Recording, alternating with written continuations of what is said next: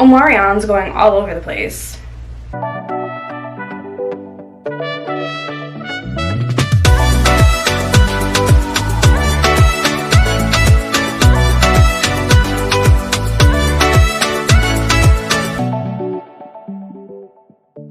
What's up, friends? Welcome back to my channel. I'm guessing that if you clicked on this video, it's because you watched my last video and you want the tea because I kind of left you guys on a little cliffhanger, or you've just been watching too many COVID related things on YouTube, went down a spiral and ended up here. Either way, welcome. Now, I'm feeling like a hot mess, so I figured while I do this little story time, I'm just gonna get ready for my day because this is not really a look that I'm trying to go for. So I'm just going to get ready and tell you guys what's been going on. So first and foremost, let's give Doug Ford, my guy, a shout out for all the crap that he's been putting us through. He definitely decided to kick off the new year by shutting down everything we love. It is what it is. I mean, who doesn't want to be doing outdoor dining and in like negative 14-degree weather and like having a little snowfall on their steak for a little extra seasoning. So being that it is winter, my skin has been very like sensitive lately. I think tomorrow actually is gonna be like negative 19. Not really trying to have that. Either way, my skin has been like feeling really tight and really dry. So if you see me using a lot of like moisturizer, it's because I'm just very stressed about it. Yeah, anyway, let's get to the story. Yeah, so to kick off the story, I just want to, point out that I am symptom-free. I've officially, finished my isolation. I am good, so yay me, hooray. I'm so glad that that's over. So let's rewind to last year when this all happened. It was the night before Christmas Eve. So it was December 23rd, and I heard those frightful words of my test came back positive. And it was a little bit stressful because, again, it was literally right before Christmas. It was December 23rd, and to hear that you've been exposed to someone who's tested positive, and yeah, that sent me on a little spiral. So basically, I remember it was like 10 or 11 p.m. and my ass was tucked in. I was ready to go to work the next day. I think I had like an 8 a.m. shift, and I was just like, I'm getting ready for bed. I'm going to bed now, blah blah. And then I get the news, of course, and I was just like, right away I just immediately messaged my group chat. So I have I have a group chat with like the manager, like in the hire managers, and then I have another group chat with the ones that like I talk to on a regular basis at the store that like I'm close with. Yeah, I immediately messaged them and I'm like, hi, yeah, I can't come in because of this situation. And yeah, I was just really nervous at that point because obviously I'm not going to go into a store full of people if I don't know for sure like what my results are going to be or like what my status is. Yeah, so I got my test done on Christmas Eve morning. And obviously at that point I am not going to go see my family for Christmas because that's just not happening. Yeah, so I got up early Christmas Eve morning, went to go get my test done. I just want to put out there, these tests are extremely hard to get right now, and I feel so terrible for, just anyone looking for a PCR test because as a healthcare worker I do have easier access, but it's ridiculous now how they're trying to charge for PCR tests. There's no rapid tests that you can find anywhere, so I really don't know what Ford or anybody is doing at this point because it just doesn't make any freaking sense to me. I remember that same night, I think it was December 23rd, that same night when we got the news, I was looking for rapid tests. Yeah, I was trying to look for appointments for rapid tests, and nothing was available until January 5th. And it was December 23rd. Like, are you kidding me? Oh man. I just want to point out that I understand how difficult and how frustrating it is to get right now, and I am just so over it at this point. Anyway, back to my story. So my results took a few days to actually come. I think they were saying that it was up to like 5 days to get your results, and that's ridiculous. So yeah, it took me a few days to get my results, and I was scheduled because I'm like telling you, it's Christmas Eve, and then Christmas we had off, and then obviously Boxing Day is the peak time of year for retail, and here I was just like, I don't know if I'm safe to go to work. And then on top of that, I was just really bummed because I had to call my mom and be like, we're not coming over, or I'm not coming over, and it was just really, I could hear her voice like just drop and be so sad, and I'm like, oh, I'm sorry, Mom. Also, a quick shout out to my wonderful friends Saba, Bowen, and Shar for bringing me gifts, food, and rapid tests. That gave me a lot of closure, being able to take a rapid test, which fortunately when I took it, it came out negative, and that was, I believe, for Christmas Day that I got a hold of it. So that being said, my test came back negative, and the next day, so Boxing Day, is when I started feeling symptoms.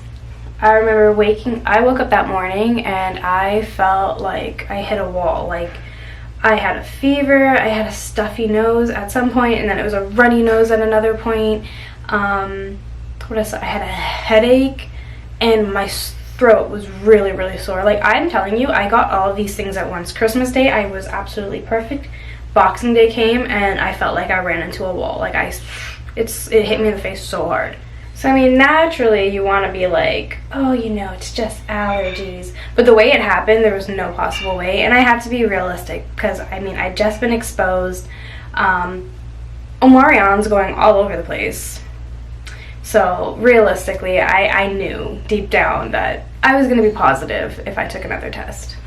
Anyway, back to my symptoms. So yeah, I was feeling all those symptoms on the 26th, and honestly, I felt like I was dying for 4 days. Like, how I was feeling was just really, really bad.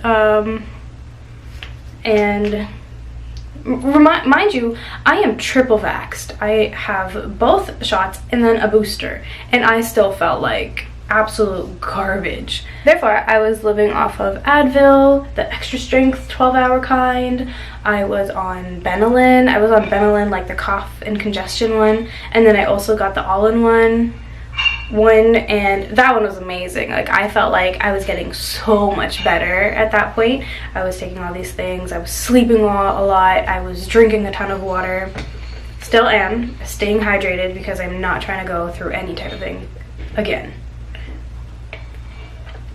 Yeah, so I genuinely felt like I was getting better, and again, I was sick for 4 days, like really, really sick for 4 days, and then for the next 2 days after that, I was like, yes, I'm getting better, we're on our way to going back to work. I actually missed my job because this is such a time of the year where, it's peak season, we're busy, we're like making all the money, and I'm just home trying to survive.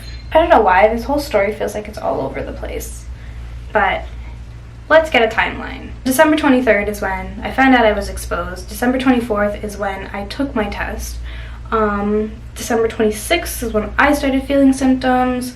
I was sick for 4 days. I got better, so that's when I went for my PCR test on December 31st. Didn't get my results back right away.